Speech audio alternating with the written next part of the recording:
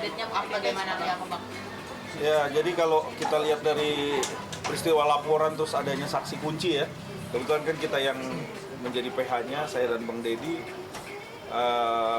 alhamdulillah dari dasarnya adanya satu alat bukti ya, alat buktinya itu berupa handphone, kemudian dicek isinya semua di laboratorium forensik, hasilnya tuh kemarin terus hari ini alhamdulillah sudah ada assessment gelarnya dan prosesnya ini sudah ditemukan lah unsur pidananya di sini kan gitu.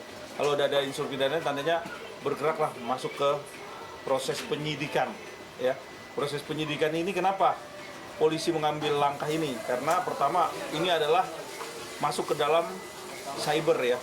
Artinya IT, illegal access.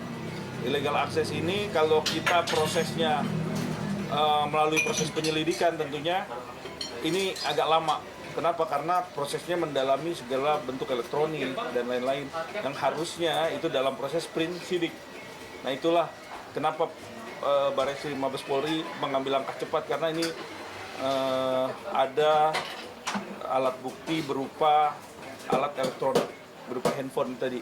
Yang mungkin proses pengembangannya, pendalamannya nanti mulai dari proses pengambilan CCTV dan lain-lain itu nanti mungkin proses penyidikan di dalam proses penyidikan lebih dalam lagi ya, lebih dalam, lebih scientific crime ya, tentunya lebih bisa dikatakan bahwa proses hukum ini berjalan sesuai dengan apa yang kita harapkan.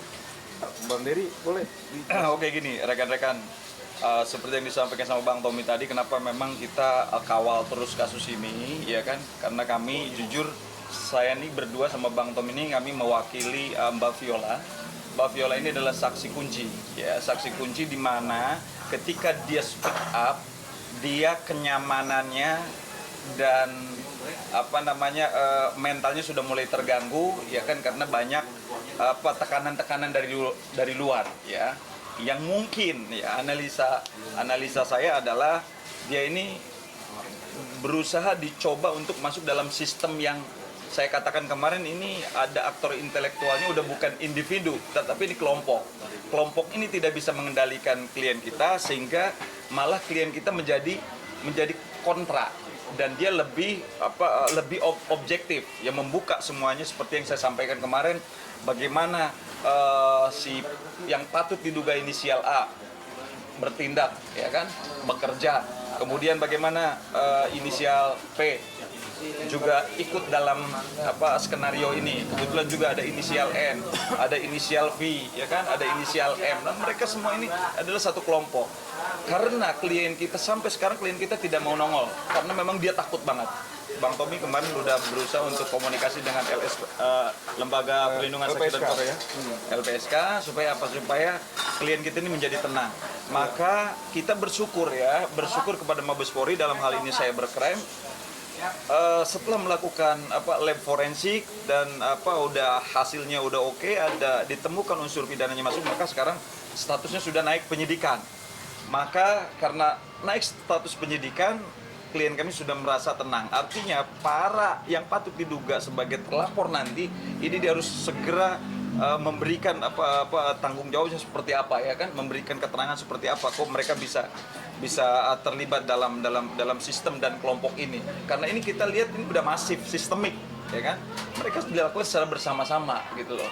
Untuk ya ini tadi, untuk bagaimana membuat seorang, mohon maaf nih, Inara Rusli dan Insanul Fahmi, karena ini ada keterkaitan dengan mereka, nama baik mereka juga sekarang hancur ya kan. Di kontrak-kontrak semua diputus ya kan, baik Insanul maupun Inara Rusli gitu. Tetap sekali lagi saya katakan kami sangat menghormati ya kan proses yang diambil, langkah hukum yang diambil oleh Mawak untuk meminta kepastian hukum terkait masalah dugaan tindak pidana yang mungkin rekan-rekan juga tahu. Tetapi kita katakan sekali lagi bahwa proses penegakan hukum jangan dilakukan dengan cara-cara melawan hukum. Artinya barang bukti yang dibawa ini dilakukan secara ilegal, ya kan? Maka itu kan bertentangan dengan hukum.